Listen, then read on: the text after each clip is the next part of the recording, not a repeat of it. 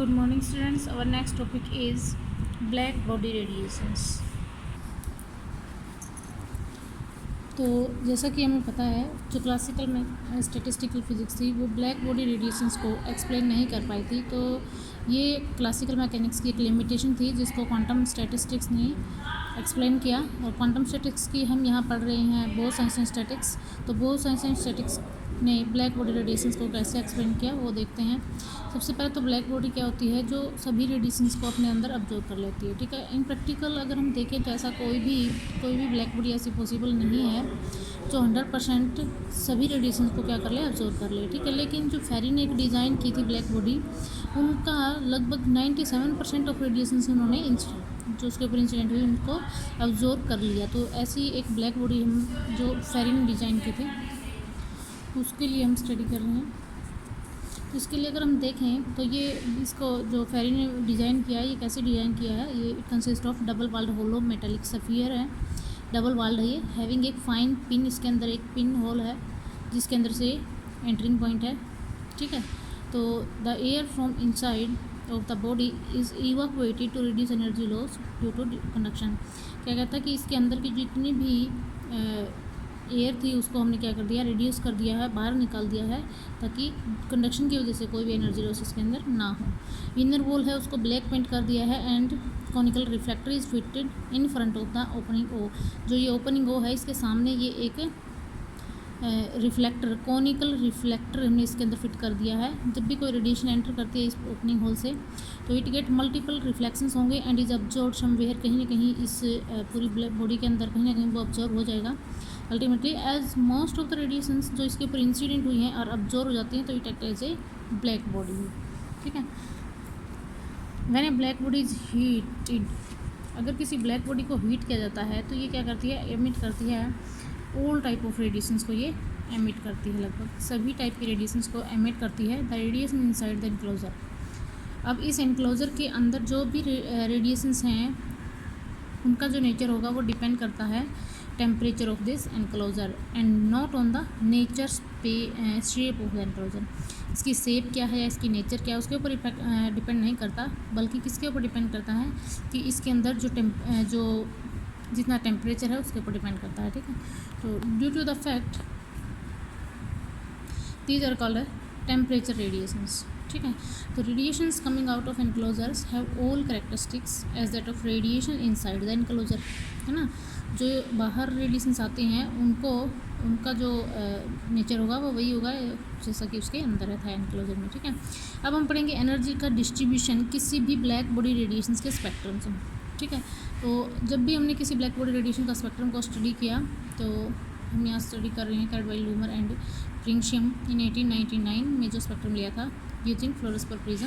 ठीक है, तो जो इसका एनर्जी डिस्ट्रीब्यूशन है ब्लैक बॉडी रेडिएशंस का एट डिफरेंट टेम्परेचर वो इस ग्राफ में दिखाया हुआ है। ग्राफ हमने ड्रॉ किया between wavelength lambda and E lambda is the energy. ठीक है, ये हमने डिफरेंट टेम्परेचर्स लिए T1, T2, T3, T4 है। T1 is greater T2 and T2 is greater than T3 and T3 is greater than T4। ठीक है, तो यहाँ पे T1 जो है वो मैक्सिमम टेम्परेचर है। तो इस ग्राफ से जो कंक्लूजन्स ड्रॉ हुए वो कंक्लूजन हम देखते हैं कि क्या क्या कंक्लूजन्स इस ग्राफ से ड्रॉ किए गए। इन्होंने कहा कि there is a non uniform distribution of energy in the spectrum of black body radiations at a given temperature. कहता है कि किसी गिवन टेम्परेचर के ऊपर एनर्जी का जो डिस्ट्रीब्यूशन है वो नॉन यूनिफॉर्म है। तो कहीं पे एनर्जी कम होती है, कहीं पे एनर्जी ज़्यादा हो रही है, कहीं पे फिर कम हो रही है। तो इस तरीके से किसी एक फिक्स टेम्परेचर के कॉरस्पॉन्डिंग अगर हम देखें एनर्जी की वैल्यू कैसी है, नॉन यूनिफॉर्म डिस्ट्रीब्यूशन। ठीक है, सेकंड जो इसके भी कंक्लूजन निकला कि जो एमिसिव पावर है ब्लैक बॉडी की वो हाइयर है किसी एक पर्टिकुलर वेवलेंथ के ऊपर। ठीक है, जैसे अगर हम T4 की बात करें तो जो ये इसके कॉरस्पॉन्डिंग जो ये पॉइंट है इस वेवलेंथ के ऊपर जो एनर्जी एमिसिव पावर है वो क्या है, मैक्सिमम है।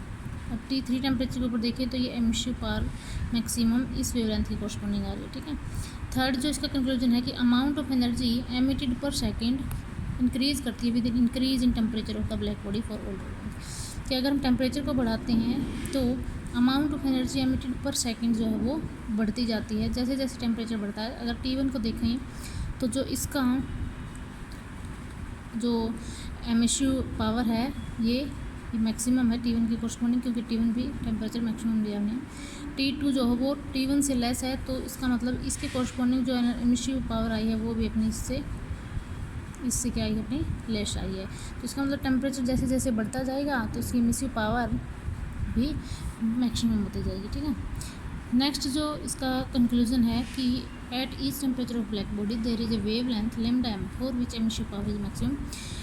ईच टेम्परेचर की कोरस्पॉन्डिंग एक वेव लेंथ ऐसी एग्जिस्ट करती है जिसके ऊपर मैक्सिमम एनर्जी एमिट हो रही है, उसको हम लैम्डा एम से रिप्रेजेंट करते हैं।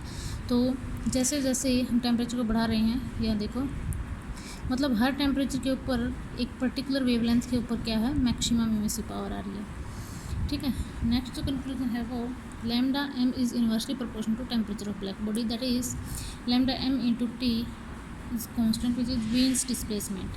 कि अगर टेम्परेचर बढ़ेगा तो वेवलेंथ कम होएगी, अगर temperature maximum lambda m is the maximum wavelength, the maximum wavelength means the wavelength at which maximum emissive power है एमिटेड, ठीक है। तो टेम्परेचर जितना ज़्यादा होएगा वो पर्टिकुलर वेवलेंथ जिसके ऊपर मैक्सिमम एनर्जी लॉस हो रहा है, वो एनर्जी एमिट हो रही है, वो वेवलेंथ जो है वो डिक्रीजिंग की तरफ जाएगी, डिक्रीजिंग की तरफ, ठीक है। और जो लैम्डा एम इंटू टी है वो कांस्टेंट है, तो it means lambda m is inversely proportional to temperature. The area under each curve वो रिप्रेजेंट करता total energy emitted by black body at a given temperature. This area is found to increase directly as fourth power of absolute temperature of the black body. और जो ये energy की power जितनी उसमें से emit हो रही है एनर्जी, वो टेम्परेचर की फोर्थ पावर के डायरेक्टली वेरी करती है। This is the Stefan's Boltzmann law. Next is photon gas. Black body radiations के अंदर very large number of radiations quantized energy होती है जिसको हम बोलते हैं photons. Black body enclosure contains very large number of radiations quantized energy called photons. तो जो फोटोन्स हैं वो मूव करते हैं रेंडमली मैनर में with the speed of light, ठीक है, जैसे like molecule of gas. These radiations inside enclosure said to be photon gas. तो एनक्लोजर के अंदर इन रेडिएशंस को हम फोटोन गैस बोलते हैं, ठीक है। अब किसकी कुछ प्रॉपर्टी देख लेते हैं कि जो फोटोन्स होता है, एक तो उसकी इंटीग्रल स्पिन होती है। इंटीग्रल स्पिन का मतलब क्या है, इस यूनिट के दिस इज द h/2 का मल्टीपल होता है कोई भी, ठीक है, स्पिन एंड मोमेंटम। हैंस अगर ये इंटीग्रल स्पिन है h/2 का इंटीग्रल मल्टीपल है, तो it means this obey both science and statistics, ठीक है।